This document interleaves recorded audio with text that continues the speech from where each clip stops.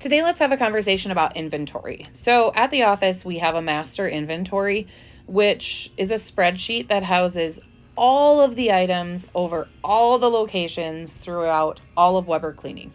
Okay, it's a huge spreadsheet. So, we have to audit it once a year to kind of make sure that we're on track and we have everything accounted for. This is important for one, it's good for the company overall, kind of to have an idea of the valuation of how much inventory, how much stock, how much equipment, how many dollars worth of equipment do we have floating around within the company. So tax wise, it's important for Weber Cleaning to have that information. But as far as for functioning, it's really important for us to have an idea of where is all of our stuff at. We need to have an idea of where everything is. Also, if we quit a location, we want to know what is our equipment, what do we have to take back with us. We don't want to actually take a vacuum cleaner that belongs to our location instead of Weber Cleaning, okay? So it's really important for us to audit it once a year to make sure that we know what is there. It's also very important because sometimes we kind of grab things throughout the year. Maybe we need a bucket, an extra bucket for a special purpose. Maybe we're washing some windows, but we don't use it on a regular basis, okay? So there's no reason to have an extra bucket sitting at your location. Also, if there's chemical, maybe it's wintertime and you used a certain chemical from the salt that was sitting around, okay? But you don't use it regularly, so say Nutri-Rinse. It's probably not best for that chemical to sit there all year long when you use it once a year. It's not in its prime. And so instead of allowing that chemical to just sit and disintegrate on your shelf, we can bring it back to the office and allow it to be used somewhere else, okay?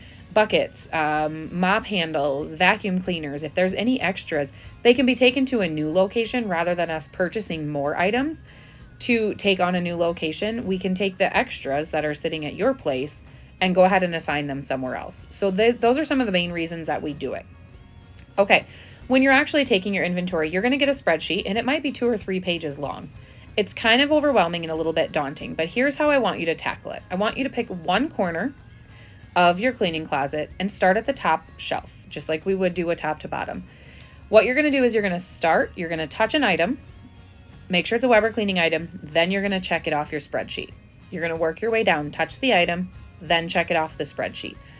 Find the item, check it off on your spreadsheet. What this does is allow you to touch every item in a manner that is methodic, and you're going to make sure that that item is on your spreadsheet. If you go the opposite way and work down your spreadsheet and go, oh, yep, I have this, I have this, I have this, I have this. What happens is you're going to miss some chemicals or maybe a mop handle or an extra bucket, something that's kind of maybe set in a different location. You might not touch it because it wasn't on your spreadsheet, and you might miss adding it onto the inventory when you go in that direction. So work your way kind of around your room, find a location, a top shelf down to the bottom shelf, and work your way through. In this case, I did find some items that weren't on my spreadsheet. I had some Nutri-Rinse at this location, and I don't know when it came, doesn't matter. But I saw that it wasn't on my inventory spreadsheet, and so I added it. I just wrote it off to the side so that when I turn it back into the office, they know to add that on there. Okay, I want you to think of your inventory in 3 different categories. 1, we have items that are consumable or disposable. Those encompass anything that we're going to use up and then throw away. So urinal screens, chemical, the gallons of chemical, the air fresheners, the canned air that we use to clean keyboards, all of those items are in that consumable or disposable category. It's not overly important that each of those items is on that list as far as the quantity. Say I have 3 spray bottles there, or I have 2 gallons. Well, maybe I just have an extra gallon there because the other one's going to get used up. And I won't always have 2 gallons on the shelf. So the actual quantities of those consumable items aren't necessarily important, but it is very important that we know exactly what chemicals are on location. So we don't want something on the shelf that's not written up in my inventory. It's also going to be important because I want to make sure I have an SDS sheet on that. So if I don't have it on my inventory, I might miss it on my SDS sheets. I might not have the proper information for myself if an accident arises. Okay, so those consumables, it's more important to have every chemical on there, have it that you have a gallon and a spray bottle, but the actual number isn't quite as important with those because they are consumable and that number is going to fluctuate quite often. All right. The next category is the washables. I call them the washables. They're also the movables. Those things are your rags, your mop heads, your microfiber mop heads, string mop heads, flour sack towels, e-cloths, anything that you're going to use and then you're going to wash. Those are important to have the correct number. It's just a little harder to know the number on that because some of them are maybe in your car clean, in your car dirty, maybe they're on your cart, maybe they're on your shelf. So you want to get an exact number. The office really wants to know, so we know we have extras all the time. So we want to make sure that number is accurate of how many you're going to have total, whether those are in your bag, being carried, or on your cart. Okay, that's the washables category. The last is the equipment category. And the equipment category encompasses all of your mop handles, vacuum cleaners, scrubbers, garbage cans, carts, dollies. All of those items are equipment. And that one is crucial. Okay, we really want to know all of the equipment that you have on your location. And we want to keep really good track of it in case we need to come pick it up, in case it's broken.